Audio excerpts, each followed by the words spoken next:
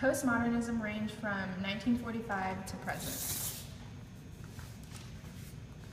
History. In 1945, the U.S. bombed Japan, ending World War II.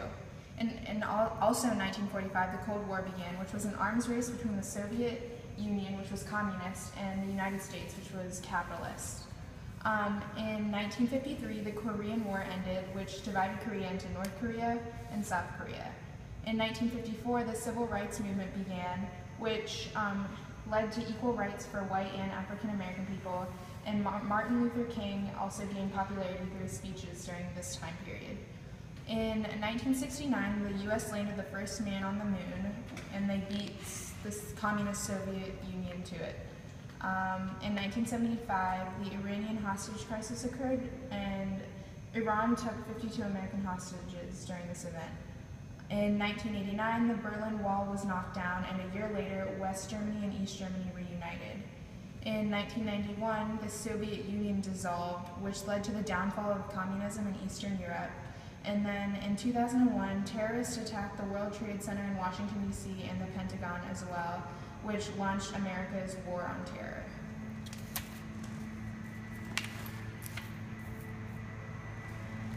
What is postmodernism? So the definition of postmodernism is still changing because it's still going on currently, but it diverged from modernism, which occurred from 1900 to 1945. So postmodernism allows for the merging of multiple worlds and multiple meanings, such as realistic and literal worlds and past and dreamlike worlds. It's also very unconventional, so in the 9-page book called Sentence, the whole entire book consists of only one sentence. And also an alphabetical alphabet, which in each chapter, all the words only begin with one letter. So like in the first chapter, all the words only begin with the letter A. It's also intensely self-conscious, so it encourages the reader's self-awareness, and it was a transitional period, so it involved the mixing and blending of cultures, merging of fiction and nonfiction, and the parallelism of intellectual and spiritual worlds.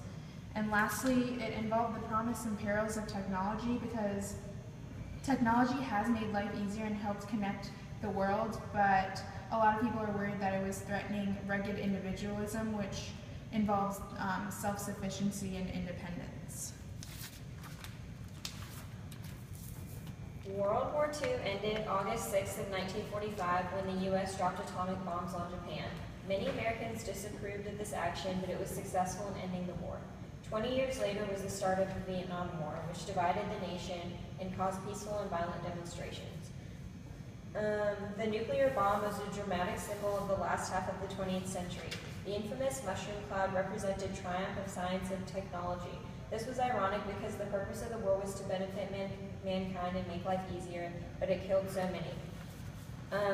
Tim O'Brien mixes madness and war, not because madness is the result of war, but because war is the result of madness. Gallows humor is ironic humor about a grotesque event, and it became very popular in this time period.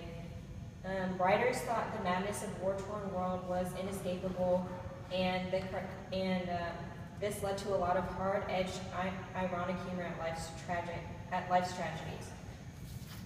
Peace Today by Rube Goldberg became very popular in this time. After World War II, the image of Soviet leadership and potential nuclear attack struck fear in every American's heart. This led to the popularity of informational texts like How to Survive the Atomic Bomb in 1980. 1980 was also known as the Me Generation, where Americans began to value individual enjoyment and material success. Nonfiction and journalism. Before the 1970s, journalism and nonfiction were grouped together and considered the same. Peter Matthiesen's nonfiction book, The Snow Leopard, gives in-depth descriptions and observations about his trip to the Himalayas. When students were asked if they would praise the book as highly as they did, if The Snow Leopard was actually fictional, which it was not, students reported that they would not like the book as well.